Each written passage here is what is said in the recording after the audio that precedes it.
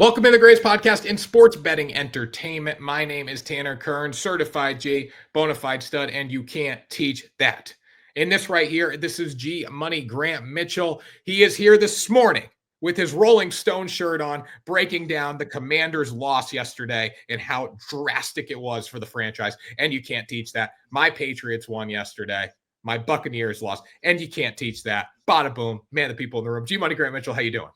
I will not allow you to do this, Tanner. When the Patriots are losing, you were a Buccaneers fan. I had to tell you, these are your Patriots. You can't claim them now. You cast them aside when Brady left. You can't take them back. I'm not claiming them at all. I'm barely, I really, like, I want them to win, obviously, but I don't really care about the New England Patriots. They don't excite me in any way. They have no explosiveness. Drake May is the most bland quarterback I've ever, I like Drake May, but he's just bland. He's white rice. That's why I would call Drake May. He's good. He's just white rice. After watching Jacoby Brissett for the first month and a half, Drake May is like Brett Favre. He's the most exciting player ever. Yeah, but he's not Baker Mayfield. Like Baker Mayfield, dog. Like the play that he made yesterday, dog. Like, come on. That was up there for play of the year for sure. That, the Saquon hurdle. I don't know. What are some of the other great plays? The Jayden Daniels Hail Mary. I think those are the 3 plays of the year right now. I would sit here, though, and say the Saquon hurdle, which was awesome. And it was the coolest thing. And athleticism-wise, that's peak athleticism. But when you talk about moment in the game, Baker did that on 4th and 7. Or 4th and 11. And it was a drive to go tie the game. Tie the game. It was a minute left. If you don't get it, you're not getting the ball back. So when you look at the stakes of that, that's unbelievable. You look at Jayden Daniels Hail Mary, obviously the stakes of it are super high there. Where Saquon, like, he can go hurdle somebody. If he doesn't hurdle anyone, big deal. It doesn't change the game. It's an unbelievable play, though. So I would put Baker, and I'll even throw Jayden in there for you, Grant, because I know you're hurting today after the Pittsburgh Steelers just came in and beat you guys. It was a typical. I said it on last week's show. Like Mike Tomlin off a bye as an underdog against a rookie quarterback. You had to take the Steelers with the points, and of course they went outright. But it was just a typical Steelers thing to do. Isn't it crazy though? Every week, how accurate these spreads are. Like, and I see it more, and I think you only remember the times where it comes down to the wire, but like Steelers were a 2.5 point underdog. If the Commanders go down and kick a field goal there, they win by 2. Yeah. And then you're like, I should have taken the 2.5, which you never take the 2.5. But it's amazing how accurate these are. Sunday Night Football, Lions, Texans. We see it come down to 3.5 point spread, right? 3.5 point spread, and the Lions win by 3, right? So it's like these margins are super slim. It's crazy. Yeah, Vegas makes their money for a reason. Yeah, they make their money for a reason. That's right. And we make our money too, Graham. That was a little slow transition there. I had a little brain fart. But we make our money too here at WSN.com. Grant, tell them why we make money at WSN and Ride the Line.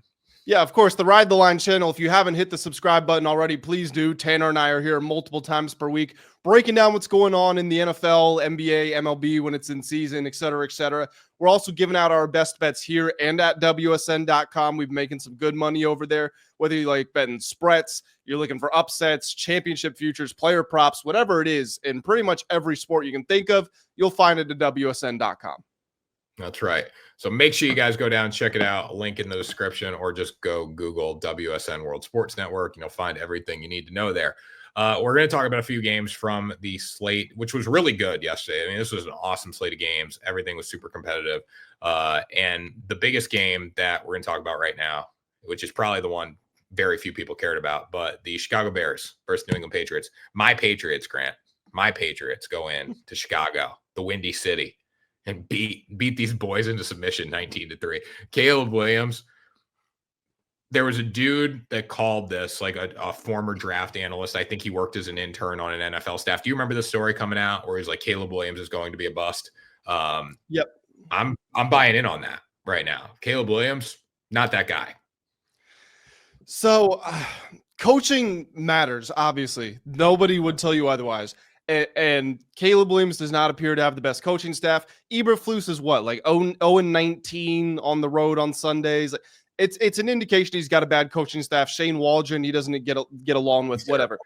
That doesn't change the fact that Caleb has enough to succeed. I'm sorry. He might not have enough to make it to the playoffs or win even the Rookie of the Year. I'm not saying he has to be as good as Jayden Daniels, but he should not look incompetent and inept. You've got DeAndre Swift, who's a very good running back, maybe not MVP caliber, but he's probably around that top 10 mark in the NFL, right around 10th.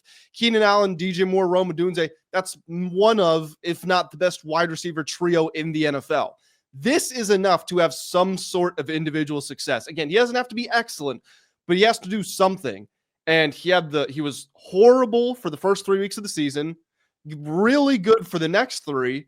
And then coming out of the bye, it's been the worst play that we've seen from him. He didn't turn the ball over in this game, sure, but 120 yards against this Patriots team, a Patriots team that is pretty hapless.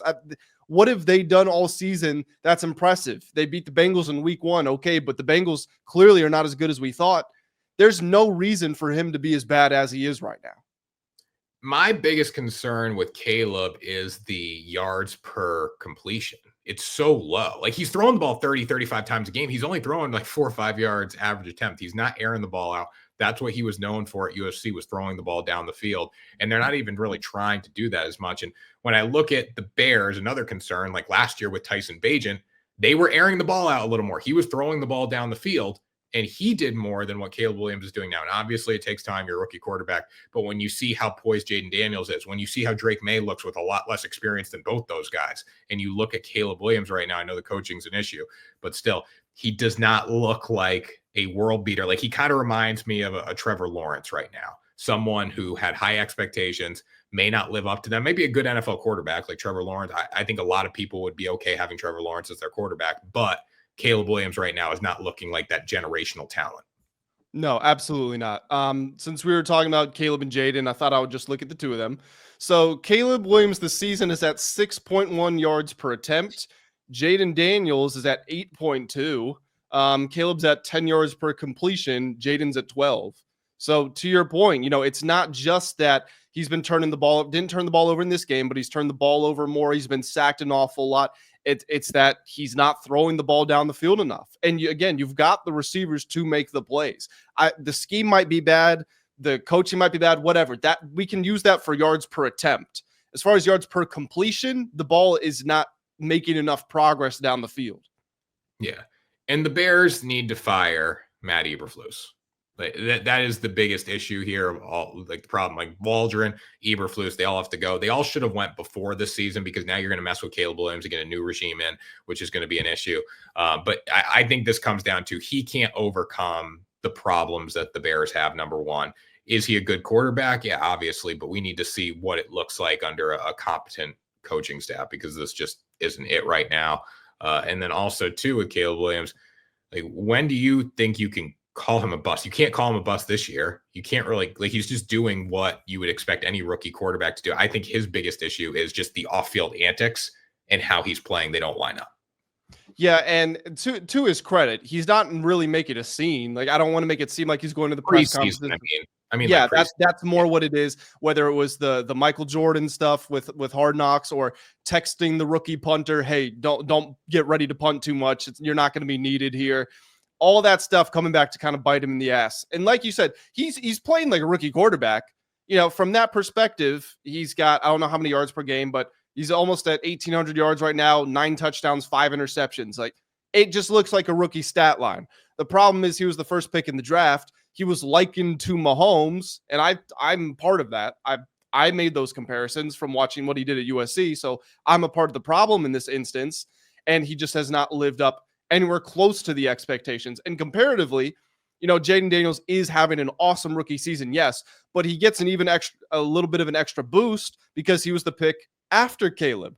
And so now everybody's saying, well, did the Bears make the wrong decision? And we're going to start having those conversations about Drake May, because he might not be an MVP in the making, but he is making plays and he's winning games with a Patriots team that is much worse than the Bears team. I'm sorry. I don't care how bad the Bears coaching is. Their defense is really good, and they've got a ton of weapons. Yeah.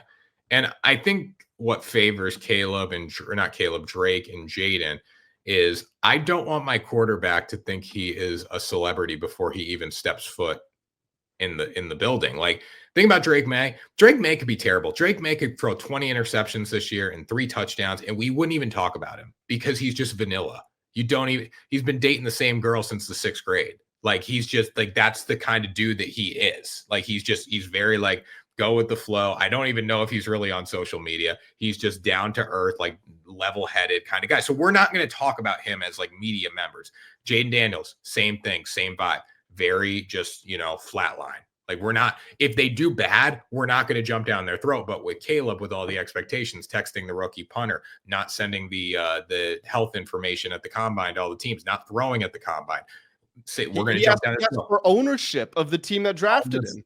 Ownership. Did he actually do that? Or was that his dad, or was that a story? Well, his team did. His team did. Look at Will Levis. Will Levis, at Will Levis's core, he is a second round pick. He's not supposed to really be a successful quarterback in the NFL based on the odds. But because he has a Mayo ad and because he ate bananas with skin on them and because he had a sex tape, we're going to jump down his throat for how he plays. And in no world should he be a successful NFL quarterback based on what he did in college. So it's like the off-field persona matters so much, and media jumps on the people that have the big off-field persona. So if you have that, you better perform or you're going to get shit on the media. And again, we can start to move off of this, but making some more comparisons between Drake and Jayden and Caleb. Throughout the summer, Dan Quinn, who's probably going to win Coach of the Year, refused to name Jayden Daniels as the starting quarterback. Jayden Daniels said he had no idea they were going to draft him second overall. They did a great job playing it close to their chest. They didn't name Jayden the starter until the preseason was over. With Caleb, first of all, he was the only player the Bears met with. They didn't even want to consider taking someone else. And maybe it'll work out for them. Maybe it will. But the point was they knew exactly what they were going to do. And apparently, when they went in for their meetings at the combine, normally, like we saw the clips on Hard Knocks, the Giants let out some clips of them testing the different guys that came in on the whiteboard, stuff like that. Apparently, the Bears went there and they started to install the offense. I don't even think they had an offensive coordinator at that time. So they were just coming up with basic concepts and trying to install what they were going to run in the season. They didn't even want to consider that maybe this guy isn't who we should take. Maybe we should actually talk to him, find out about the person, find out more of his mental aptitude. No, they just said, these are the keys to the franchise. And whether Caleb's going to grow into this or not, and whether you want to say he's got an ego, no matter who the person is, to have that responsibility at 22 years old and be expected to come into the NFL and to play like Patrick Mahomes, it's a hard standard to live up to. So like you said, when you don't hit that standard and you make a lot of noise about yourself, when you fail, people are going to start to come for you. Yeah. And also, too, looking at the Bears, this is what's kind of crazy.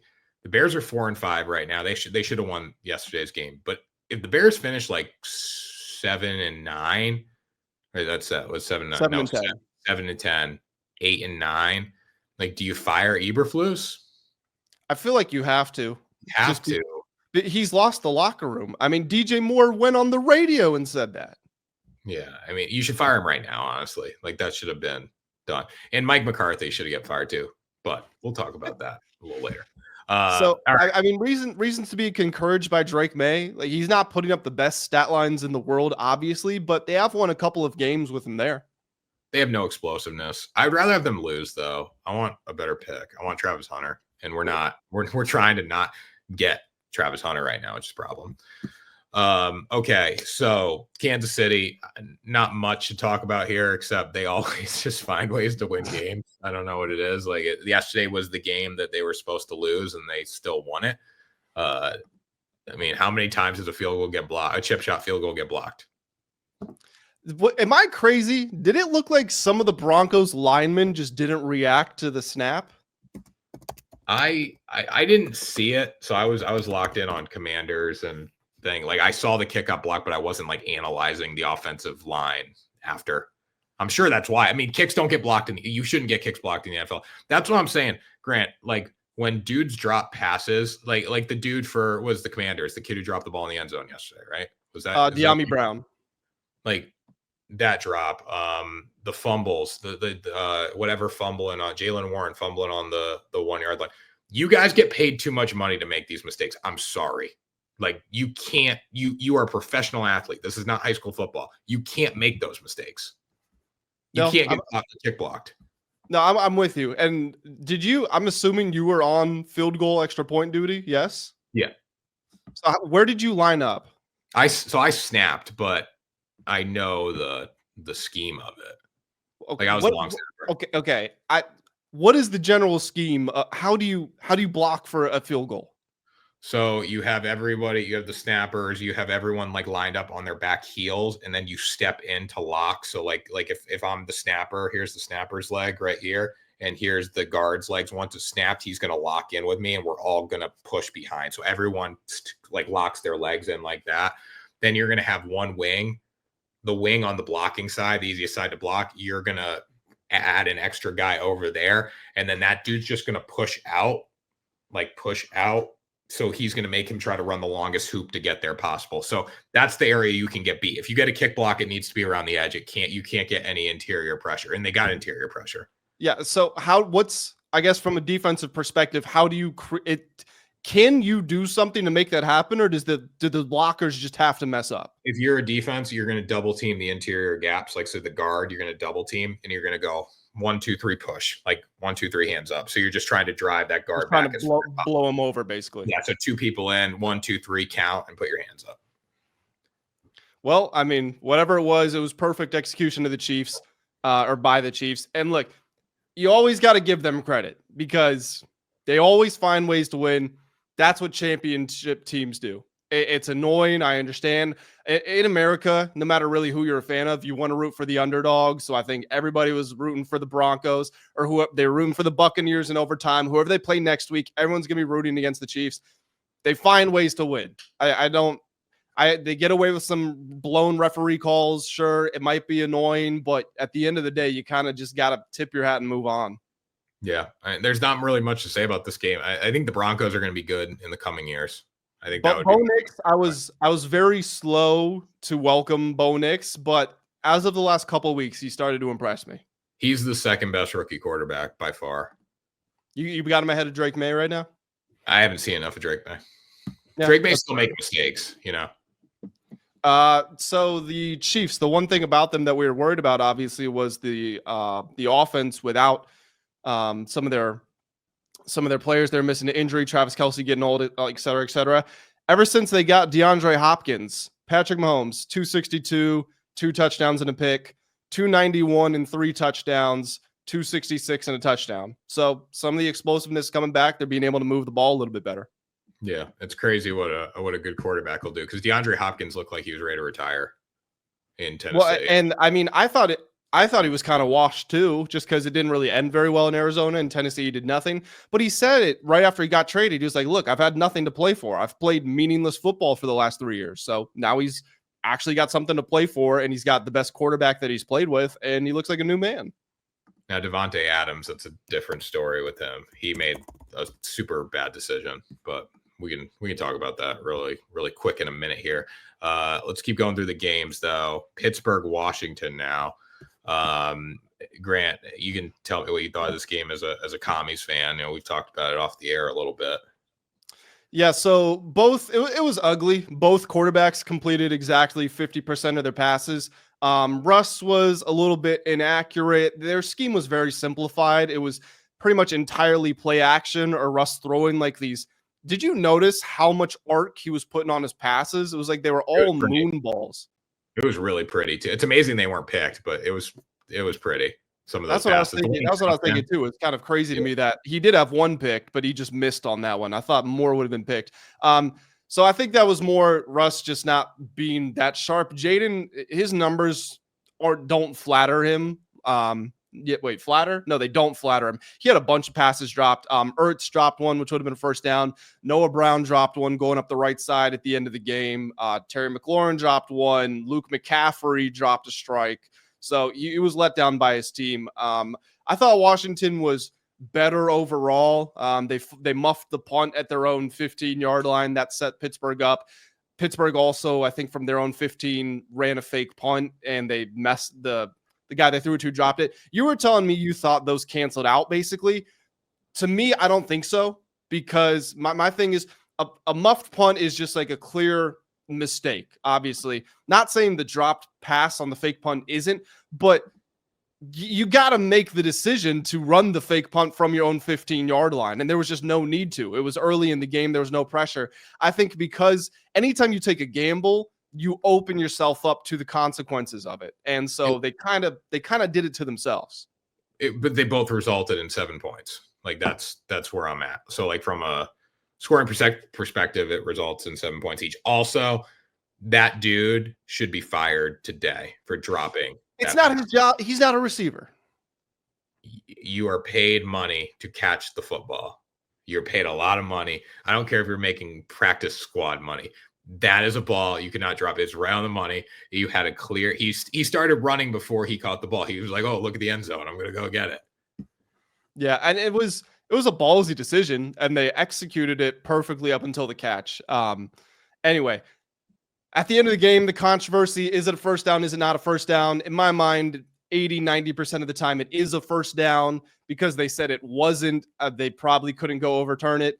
It is what it is. The commies stop the Steelers. They come out on 4th and 1. I don't think they're ever snapping that ball. I think it's entirely just try to get somebody to jump off sides. And they got a rookie defensive tackle to jump off sides, and then they were able to kneel the game out. That's another thing, too. Like, don't jump offside. Like, I'd rather see you get absolutely obliterated off the football than jump off sides. It's a rookie, so like that's the only reason I'm not killing him. I'm not. But he needs to know. He needs to know. And I don't know if Bobby Wagner said something, but as the veteran in the middle of that defense, I would have expected him to say, "Do not jump." And I'm hoping he did, and it was still Newton that jumped offside. But if Bobby Wagner didn't say anything, then I kind of put some of that blame on him too. I blame the defensive lineman because since he played Pee Wee football, they've been trying to draw you off sides with a snap count. So you can't do that. You can't make that mistake. What is the one mistake we can't have to lose the football game? Jump off sides. Like you said, I don't think they're ever snapping that ball. That would be stupid to snap the ball because you need 20 yards and you're in field goal range. Yeah, exactly. Maybe even less than that. I don't even think they're at the 50. It was right around the 50. It was right around the 50, yeah. It was like 40. I think it was like 46 going the other way. I think personally, Jayden would have gotten us down the field, gotten the Commanders down the field. Think they would have kicked a field goal to win. Well, I guess that's up in the air too because Washington's kicker was hurt. They signed a guy that hadn't kicked in 3 years. So whether he makes it or not, I think Washington would have been in position to win the game, but we'll never know. And it was a good win for the Steelers. It's just such a typical Steelers thing, off a bye as underdogs. A jump off sides to win the game by 1 point. It's just a classic Steelers win. Well, I mean, good teams win those games. And that was a game they found a way to win it. Like that's what we kind of said. The defense was going to step up, and defense did make some plays. You put Ertz what was it? 3rd and 11, 4th and 11. Right at the end, it was I think it was longer. I think it was 4th and 13, 4th and 14, something like that. What a sack set that up, right? I think they tried to run it and they lost a few yards. Yeah. But they had a negative play early in the sequence. That's all I know. I mean, the Commanders really should have won the game. They had the ball basically at the 50-yard line. Yeah. And they with plenty of time, and they went backwards. So taking up the ref's decision out of it. So it was a good game for the Commanders. I mean, I'd be excited if I was a Commanders fan watching that game. Yeah, I think if you're Washington, because, despite people saying, is this a Super Bowl year, whatever, it wasn't supposed to be. I mean, they weren't even supposed to have a winning record. So the fact you've beat the Bengals on the road on Monday Night Football, you beat the Cardinals, who actually look like a pretty decent team. You beat the Bears. You lost by 1 score to the Ravens on the road, and you lost by 1 point to the Steelers. Those are decent results. Those are good building blocks for the future. You got to take these lessons and apply them, but it's not the worst thing in the world. What is the worst thing in the world is the fact that they got to go on the road in 4 days, play the Eagles on the road on Thursday Night Football. Starting running back is injured. Marshawn Lattimore yet to appear because he's injured. Starting offensive tackle is injured. Starting kicker is injured. This could very quickly go from 7-2 to 7-4. Jalen Hurts is also the king of turnovers, so you'll probably get a few there because he just doesn't care about holding on to the football. Typical fantasy quarterback, like good fantasy performance, just bad play. Let's see. His QBR for this game was 58, so slightly above average is what they say. He does not care about holding on to the football. He got sacked like 5 times in the first half, but Oh, sorry. Just wanted to loop this back to Caleb because I forgot to mention this earlier. Caleb got sacked 9 times yesterday. I don't know what your take on this is. I know his offensive line isn't good. He's got happy feet in the pocket. It's like he's on like a hair trigger. He senses pressure and he's gone. He's not looking to pass anymore. And that's a problem. You need your quarterback to hang in there. Yeah. Okay. So moving on here, we have. I mean, should we do like 2 minutes on Philly, Dallas, 2 minutes on New York, Arizona? Like just. I mean, yeah, we can. I don't know what you have to say about Cowboys, Eagles. I mean, the Cowboys are cooked beyond belief. The Cowboys and the Jets are both cooked. I'm Mike McCarthy probably gets fired at the end of the season. I think they have no choice to. Now he will land to get a job right away, but right away, you think he gets hired without a year off? He's a great coach. I mean, he's like the most winning regular season coach. So job vacancies. Just looking around, I think the Browns will probably hold on to Stefanski. The Jaguars, the Raiders. Maybe the Giants, the Saints, one of those maybe. Yeah, there's a lot of jobs available. Him and Vrabel will probably be back. Vrabel should definitely be back. Vrabel, I don't know how he didn't get a job. No, but like Mike McCarthy's got a better resume than Vrabel. I would rather have Vrabel though. I don't know. I probably would. I would rather have Vrabel, but McCarthy's got a better resume. Yeah. So what do you make of the game? The Dallas defense played as hard as they possibly could. The offense did not set them up well. I think Dallas, if they have Dak Prescott in that game, they're a little more competitive. I don't think they win it. Looking at Jets Cardinals too, I'll just go back and forth. The Jets are horrendous. Like this is Aaron Rodgers needs to retire. They need to fire or they need to get a new coach in there, obviously, which they will. And they need to find a new quarterback because the Cardinals are not 31-6 better than the New York Jets. I agree with you on that point. The Jets are now 3-7. If they're going to make the playoffs, they've got to go 7-0, and it's not happening. And people are looking at the Jets schedule and saying, "Oh, well, they've got an easy schedule. It's Colts, Seahawks, Dolphins, Jags." Those teams are looking at their schedule and saying, "This is an easy week against the Jets." The Jets are not good. Aaron Rodgers has been a bottom 10, bottom 12 quarterback in the NFL this year. Anytime he's throwing the ball, I would say the majority of the time it's within 5 yards or it's a dump off to the running back. It's a check down. It's something. There's just no verticality. There's no pressure. He can't get outside of the pocket. And they never, ever convert in key situations, offensively or defensively. And that's probably because this is not a team. This is a collection of men that signed a contract. They're not a team. No, I totally agree with that. They're not a team, and getting beat by the Arizona Cardinals like that is just disgraceful. And the Arizona Cardinals have they have a solid offense. They have a really good head coach. Defensively, they're not good enough to hold a team like the New York Jets to 6 points. That should never be the case. I mean, Kyler Murray set a franchise record for most consecutive completions in a game. Yeah, and Kyler Murray, I love Kyler Murray. He's a good quarterback, but is he good enough to put up 31 points on the New York Jets? I would say no. Well, the final score would tell you yes. The Jets really are just that bad. They're 3-7. They're 1-5 on the road. They're done. If Rodgers doesn't retire after this year, I mean, the franchise is cooked out of the way. If Rodgers sticks around, you're not getting anything. And if he doesn't stick around, then you've got nothing left. You gave up a huge chunk of money to pay Hassan Reddick. That hasn't made a difference at all. There's no time for it to make a difference. You're already out of the playoffs. You traded a 3rd-round pick for Devontae Adams. Is he going to stay after this year? No, and you're not going to get the draft pick. It's a bunch of nonsense. This franchise is laughable. Laughable, but a franchise that is not laughable, the Detroit Lions.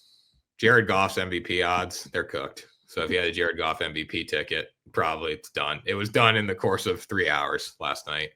Not that it really ever had a chance before that, because he was not putting up big numbers. Like let's lay that on the table right now. But you have absolutely no chance to win MVP after last night for Jared Goff. Yeah, I'm trying to remember what his odds were going into this game. I want to say they were somewhere around plus 450, plus 500. They're now plus 3,500. So yeah, it's over. His whole case was tied to the completion percentage and the fact that the Lions as a team and an offense were doing so well. They still won this game, but he threw 5 picks. The case is basically over. I actually want to see. He's now got 9 interceptions on the year. He's 21st in QBR. That's not the MVP. No, he really was never putting up MVP numbers. If you had the Jared Goff MVP ticket, the only thing no, I don't think anyone was betting Jared Goff to win MVP even when he was like 18 of 18 in games, just because the numbers he's throwing for like 200 yards. You can't compete with a guy like Lamar who's putting up massive yardage numbers on the ground and through the air.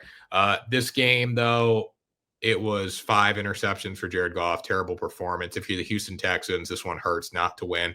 But the Lions go back to kind of like the Chiefs. They're finding ways to win football games. They're very competitive down the stretch. They have a great offense. They have a lot of explosive weapons, and they're getting a lot better on defense too. So it's a game. If you're the Lions, you probably feel really good about yourself coming out of. Yeah, if you're the Lions, absolutely. I would take it a step further from what you said, though. This isn't you feel bad if you're the Titans. This is inexcusable. This is fire everybody. You cannot lose a home primetime game in which you have a 23-7 halftime lead and the opposing quarterback throws 5 interceptions. I don't care that Stephon Diggs and Nico Collins are out in the offensive line, hasn't been performing. You can't lose that game. You simply cannot lose a game in which the opposing quarterback throws 5. This is a Nathan Peterman game, and you blew a 16-point halftime lead. That can't happen. No, and not much else to say, really. The Lions look like legitimate Super Bowl contenders in the NFC. Houston does not look like a Super Bowl team in the AFC right now. But I'm really excited about Detroit moving forward. And I would love to see Detroit get to the Super Bowl this year. It would be awesome to see. And they have the team to do it. They're good at doing it under Dan Campbell. And wins like this are proof that you are a Super Bowl caliber football team. And you know what this is? Maybe not quite the same level of opponent. This is exactly what happened just in reverse in the NFC Championship game. Detroit was up 24-7 at halftime. They turned the ball over a couple times. San Francisco wins the second half, whatever they won it, like 21-3, and they advance to the Super Bowl. This is that just in reverse. So like you said, this is a huge testament to what they're doing over there in Detroit. Yeah, 100%. Anyways, Grant, what else you got? Is that it? What do we got? We got Monday Night Football tonight. I don't even know who's playing. Who we got? Rams versus Dolphins. Oh, yeah, another bit of a snoozer. It's not really that interesting. I would think the Rams would win, but also I could see the Dolphins winning this game too. Yeah, the Dolphins have looked better with Tua ever since he came back. That being said, the Rams have looked a lot better as well with Puka and Cooper back. So, yeah, I would probably say the Rams. Wouldn't surprise me if the Dolphins win, but I would say Rams. Yeah, that's where I'm kind of at with it. Anyways, why don't you take us out of here, Grant? Guys, that's going to do it for this episode of Ride the Line. Tanner and I appreciate you all joining us. Before you click off this video, if you have not already, please hit the subscribe button, hit the like button as well, jump in the comments, let us know who is your MVP at this point in the NFL season. We will catch you all in the next episode of Ride the Line.